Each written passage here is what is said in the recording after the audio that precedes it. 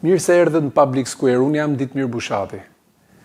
Ka një shqetësim gjithnjë në rritje nga analistë ndërkombëtar dhe nga media në lidhje me përkeqësimin e standardeve demokratike dhe gjendjes ekonomike shoqërore në Ballkanin Perëndimor. Dhe natyrshëm shtrohet pyetja se si mund dilet nga kjo situatë.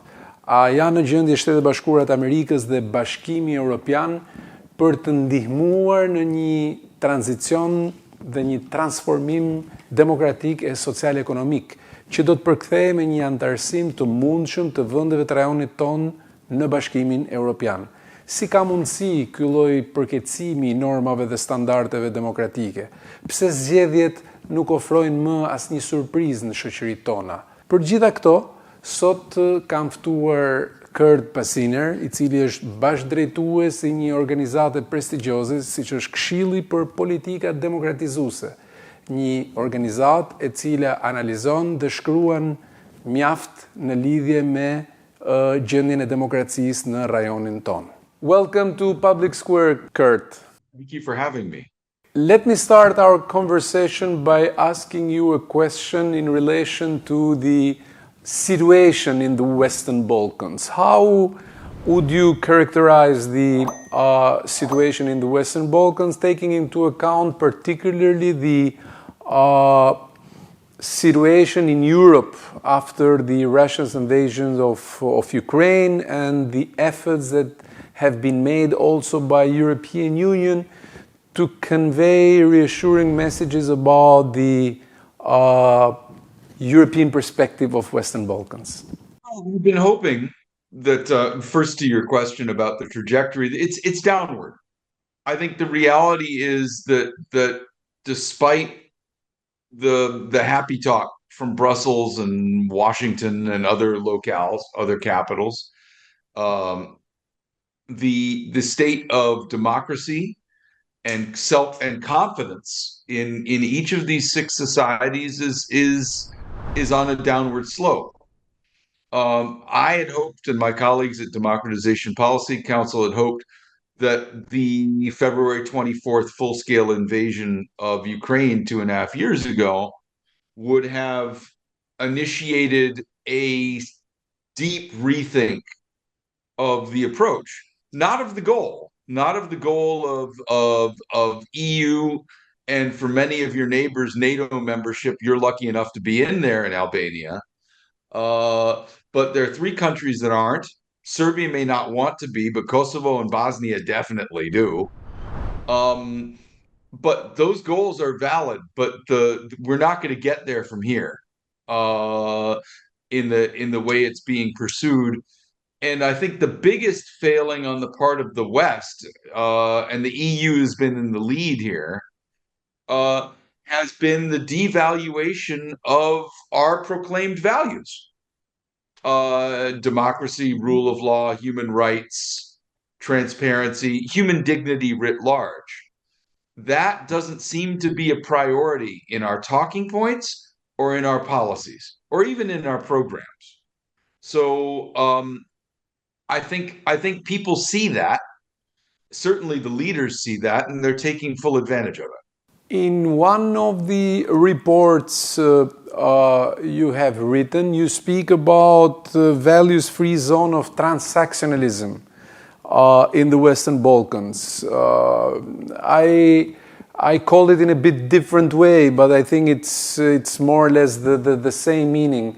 I see features shared across the region of the so-called open marriages, or in some cases even personalist regimes, basically where leaders in the Western Balkans are paying lip service to different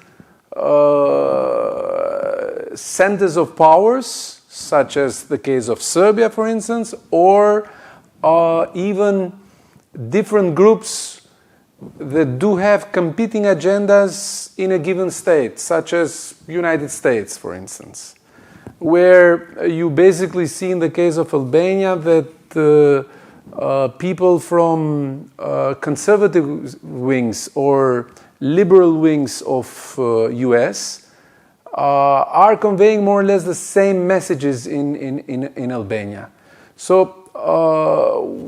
why we are facing this situation? What's your opinion? I think the Americans have been largely deferential to the European path, the enlargement perspective, membership perspective, and have worked around that. Yet, I think everybody recognizes that the United States is the enforcer of security in the region. That's it. But I think that the idea the EU is allergic to enforcement of damn near anything, it would seem. The rationale is based on a presumption that the Balkans are naturally tribal, and therefore all that can be done is manage it. And we definitely don't want upheaval. We don't want instability. Therefore, we'll work with the power players that are. There's some differentiation between the modes of transactionalism of the Biden administration, for example, and the European Union, and their priorities. The EU, when you mention security, quite often the first thing that comes to mind is migration, not military conflict. But everybody's got their eyes on critical raw materials.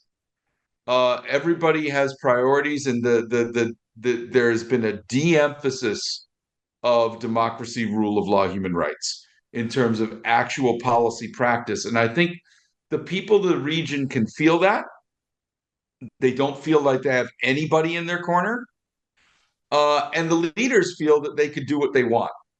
And, we see an example of that in Serbia with the lithium deal.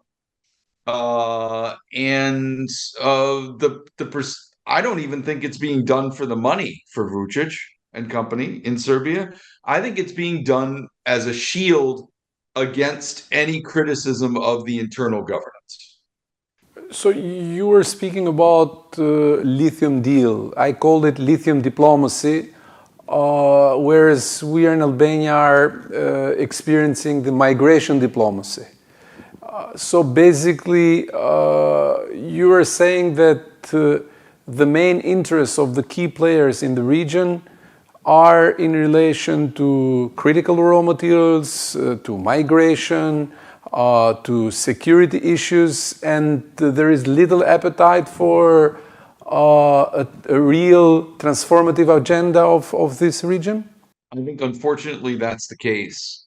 And de facto, I think that the policy that French President Emmanuel Macron put out 5 years ago in a white paper, which didn't mention the word democracy or state capture, anything like that at all, is effectively the policy by default now, which is we will have partnerships with whoever's in power, and the basis of our relationships are going to be primarily economic and migration. And depending on which country you're coming from, they either want to, countries in the European Union want to recruit your labor or keep it away. But they definitely don't want people from further south and east coming. And so it's a sort of cordon sanitaire policy. And when you add to that, what's different from 5 years ago now is the complete dominance of geopolitical narratives. But there are multiple ways to do geopolitics. This is a values-free geopolitics, the kind that the developing world experienced. In Europe, in the Cold War, there was at least a relatively clear moral line. In the developing world, there wasn't. It was very ugly, in the United States in particular, but the West supported some awful regimes. I think that is the mentality with which the West is approaching the Western Balkans now. And it's damaged our credibility enormously at the popular level. You're referring to French President Macron, and he was, in a certain way, quite straightforward. Also, when he managed to somehow stop the enlargement process of Western Balkans back in 2017-18, when he was advocating for a pause in the enlargement process and for the reform of the European Union, and paradoxically, none of them happened. Neither the reform of the European and nor the reform of the enlargement process. But on the other hand, President Biden, at the beginning of his term in office, was speaking about this dichotomy between democracy and autocracy. And there were quite high hopes among Europeans and also reformers in the Western Balkans that, having into account the fact that Joe Biden knew quite well this region, things will change. Now we are approaching the end of his term in the office. What's your assessment? An enormous disappointment. And a wasted opportunity. I mean, there were three potential apertures or moments when, and you could do it any day after these, but when it was obvious that you had an opportunity for a policy review and recalibration. The entry of Joe Biden, the entry of Olaf Scholz, and the Russian invasion of Ukraine. None of them were taken. In fact, the autocratic or oligarchical, depending on which country you're talking about, power structures in the Western Balkans are stronger than they were 30 months ago when the Russians invaded Ukraine. Even though front and center was this democracy versus autocracy, which was predated February 24th, 2022. I think what we saw in the invitations to the initial conference on the Summit on Democracy was that it was about geopolitical alignment and not democratic behavior internally. It was about who can we get on our side against our geopolitical adversaries? Russia, China, those were the main ones. That may be a valid goal, but it's very different from supporting democratic practice in countries. They're not necessarily mutually exclusive, but there's a tension and there's friction there. Clearly, the goal was to protect existing democracies, because we had, January 6th in the United States, which was very front and center in the mind, but also to try to get countries to peel off. So I think the central node coming from Washington, but I think it's also very clearly from Brussels and the EU member states, is to try to, I think, delusionally peel Serbia off from its other geopolitical suitors. And Alexander Vucic does this geopolitical arbitrage very well. Eddie Rama's approach is, I'll give you whatever you want. You want to put Afghans here, and I think that was a good thing for the record. We should have taken more of them into the United States. Cool, but both of them have the same aim, which is to protect themselves from any criticism or pressure of how they govern the countries. The US elections have an impact across the world, and I'm curious to know your take. What are your expectations if Harris wins and if Donald Trump wins? The region, presumably. Yeah, of course, for the Western Balkans. I'm terrified about a Trump win because we saw enough the first time. And yes, there has been a continuity in transactionalism. But for example, at least the Biden administration came out against partitioning Kosovo, which the Trump administration, when Vucic and Thaci proposed this and Mogherini supported this, was open to it. And then I think that was what was below the waterline when Richard Grenell was trying to negotiate something. And they just wanted any deal to give Trump a foreign policy win. We've subsequently seen these business deals of Kushner and Ivanka Trump in Vlora and in Belgrade, co-engineered by Richard Grenell. So I called Trump our first Balkan president because he has exactly the same sort of operating system, no barrier between family and public business, official business. Um, so I think a lot of all the all the reactionaries from all over the region are just waiting for him to come back because they think they'll be able to do what they want. With Harris, it's more of a question mark because she doesn't have a Balkan profile, unlike her current boss. Um, we do know something that Phil Gordon is her national security advisor, and he's a known quantity. Um, he knows things, but he is also very much in this sort of foreign policy restraint school. And he was assistant secretary in the first Obama administration when things really started. We got on this trajectory. It started, I would argue, even before the end of Bush 43, but it really accelerated under Obama for 8 years, and then you had Trump, and then you had Biden. So for 18 years, we've been going backwards in terms of values, in terms of standards, in terms of popular hope. And it is not coincidental that migration has accelerated in that period. It's not just an economic driver. And I would argue, at least from here, it's not even primarily economic. It's the sense that nothing will get better. I think in the Albanian speaking parts of the Balkans, there's some differentiation about optimism and pessimism vis-a-vis the Slavic areas where everybody thinks their best days are in the rearview mirror.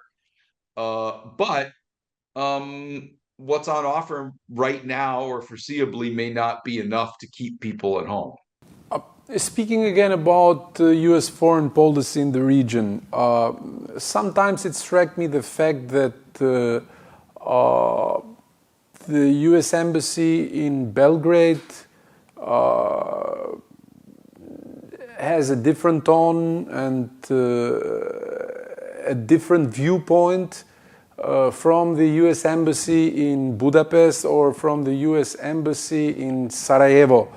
Or the U.S. Embassy in Podgorica, or in Pristina or in Tirana. So we are speaking about the region or the wider region, Southeast Europe.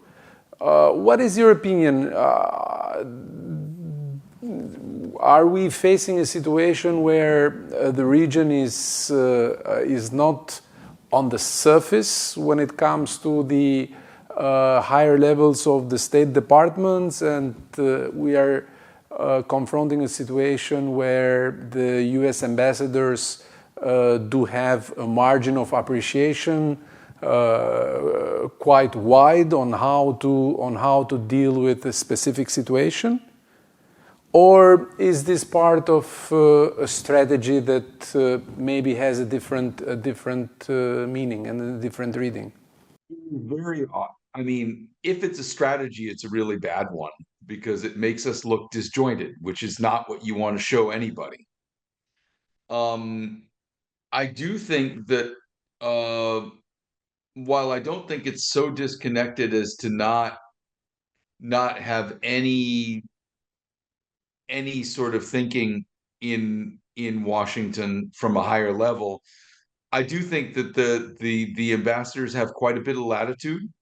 And I think each of them came with certain marching orders, for Chris Hill in Belgrade, try to bring him over, try to move Serbia, to use a quote that I heard in Congress a couple of years ago. And I think that comes directly from the top, from Biden himself. When it comes to everybody else, I think it's just keep a lid on. Don't let it explode. Orban has become, in Hungary, has become a much more visible, understood figure in the West as sort of a reactionary connector and gadfly between the West, the Balkans, Russia, China, and he has enormous popularity with the MAGA wing of the Republican Party, which is overwhelmingly dominant in the United States. He came up in the presidential debate. So, but it's not a good look. I really do think that the American attitude is we want you Europeans to adopt these feral children as they are, and then they're your problem. Now, that's delusional because it won't work like that. But I really do think that's the level of thinking, and we're not talking about dumb people here. I think that there's an over fixation on economic levers rather than political ones, and there's a reason people want to be dominant in politics because they can control the economics. It's not the other way around. That we oscillate. Sometimes we understand that. Quite often we drift to the other side because it's easier to just throw money at a problem and hope it doesn't explode than to confront it directly politically where it has to show. And therefore, you're admitting that your policy hasn't been working. That's our challenge.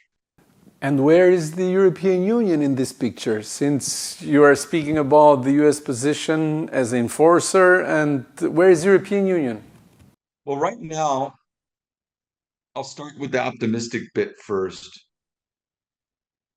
If all goes to plan and Kaya Kallas becomes foreign policy chief, there's somebody with a very different mindset than her predecessors. The question, of course, then becomes how much is this decided from, as a legacy thing, and how much will she revisit? In general, the European Union has not revisited its core assumptions about enlargement since Thessaloniki, and really since the aftermath of Iraq, when they thought, okay, we don't need to be Neanderthals like you Americans and Brits that club people over the head. We have soft power, and that soft power has a connotation of people want to come to us and people want to join.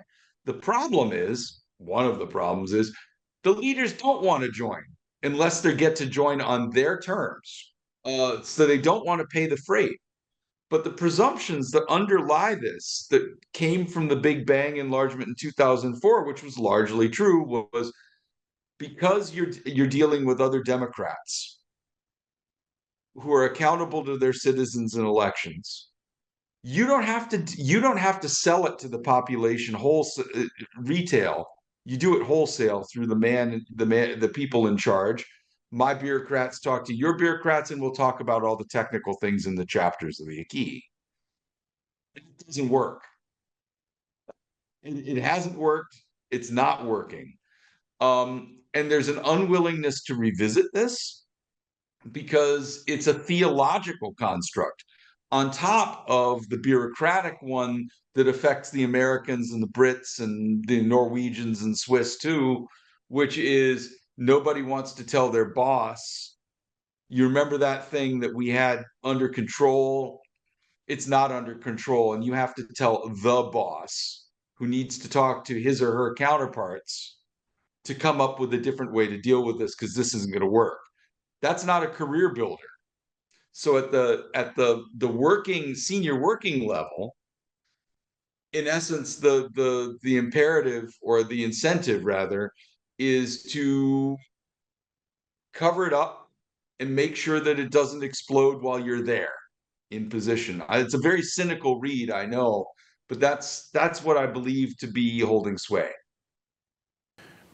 In a piece you wrote for Financial Times, you argue that the West turned back to the democratic backsliding in the Western Balkans in order to achieve its strategic goals. But what are the strategic goals of the West in this region? Help me to better understand. Are the lithium and migration and all these things that we already discussed a strategic goal or a question of emergency at the expense of standards in an area which, in my humble view, it's an underbelly of European Union because we are surrounded by EU member states? I think our strategic goals should be what used to be, again, I'm speaking as an American, but it was a transatlantic view of a Europe whole, free, and at peace and prosperous. That's a very basic aspirational goal. Now, your strategy, of course, is to connect your goal to where you are and figure out a path how to get from A to B. We're not going to get there from here. So one has to conclude either people don't want to look that far because they're operating on much more short-term imperatives, as your question phrasing implied, or that they believe they have magical thinking. I don't think they're that dumb. I think it comes back down to the idea that they think this region, the best it can do is it's always going to have strong men. It's always going to have oligarchs. That's the case here. It's always going to have corruption and organized crime that we'll try to manage. Maybe we can move them into the EU depending on but in the immediate term, let's focus on the things that we need right now, which is to stem the flow of migration, to be able to get critical raw materials, to protect our reputation, even though I think they're damaging their reputation through all of this. And to try to get a diplomatic win in the dialogue between Serbia and Kosovo, which is, dead by any reasonable diagnostic assessment. Our strategic goals are reachable. I mean, if I did not believe that there was a constituency for functioning democratic states that are accountable to their citizens throughout the region, I would leave. Now, maybe I'm wrong, maybe I'm crazy. That's always possible. But I've seen enough to know that constituency is out there latent. Quite often, it doesn't have a political vehicle that's credible because so many of them are discredited. And so many times people have voted for change and gotten screwed by the people that they elected to change things. But none of this is fundamentally insoluble if we're willing to be honest with ourselves and be honest with the citizens of the region. You are neither wrong nor stupid. You are smart, and you are a passionate Democrat. How to steer change and to steer the democratic and economic transition in transformation in our region, taking into account the current circumstances, because the geography, sometimes it's a blessing and sometimes it's a curse. In our case, we are speaking about countries that emerged out of communism or wars, as the countries in the former Yugoslavia, that were quite blessed to have US as an enforcer and EU as a soft power, so helping for the democratization and for the reform process. So what should we do now? How to reverse this trajectory, this spiral? One of the things that gives me hope here, regionally speaking, is the sort of bottom-up civic movements against mining, corruption, various abuses of power, be they low level, high level. And the system, while the systems may vary, the mode of operation of unaccountable power is remarkably consistent throughout the region. And people get that. I think what it will take to get the West out of this mindset, well, a number of things could potentially do it, but I don't want another explosion or violence. That would be horrible, and that would make everything worse. But I think they need to be forced out of their comfort zone in part, or to confront expectations that, oh, wow, people could cooperate against lines that we thought were pretty immutable. I mean, you're seeing that now in the protests and the movements around lithium mining, which is in an area that brings Serbia and Bosnia together and affects every community in Bosnia too. The question is whether they could come up with a positive agenda rather than just a resistance agenda, because rebellions and resistance are against, revolutions are for, and there needs to be a revolution of consciousness first. However you want to apply that consciousness, whether it could be has to be revolutionary and extra institutional, or you could find a vehicle to drive it against the resistance within the institutions. I think only with bottom up initiative will we come out of our brain dead zombie policy and see, oh, wow, more is possible than we thought. We don't have to just deal with the Ramas and the Vucic's and the Dodiks, etc. We can actually address the citizens, and they can actually find real representatives of the change agenda they want, be it on environment, rule of law, education, healthcare. All those are pretty common complaints region wide. So there's been so much talk about regional cooperation, but it's always among governments, and it's never among citizens, which is, I think, where you build the social contract from below. None of these societies really have a social contract right now.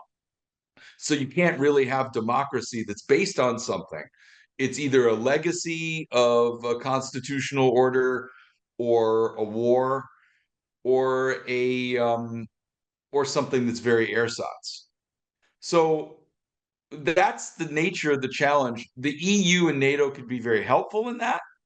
I think the biggest thing we could help doing is to make clear that people will not be face violence for protesting peacefully or trying to mobilize politically within democratic norms. Thank you very much, Kurt. It was a pleasure to have you on. Thank you very much for having me, Ditmir. I look forward to talking again in the future. Thank you.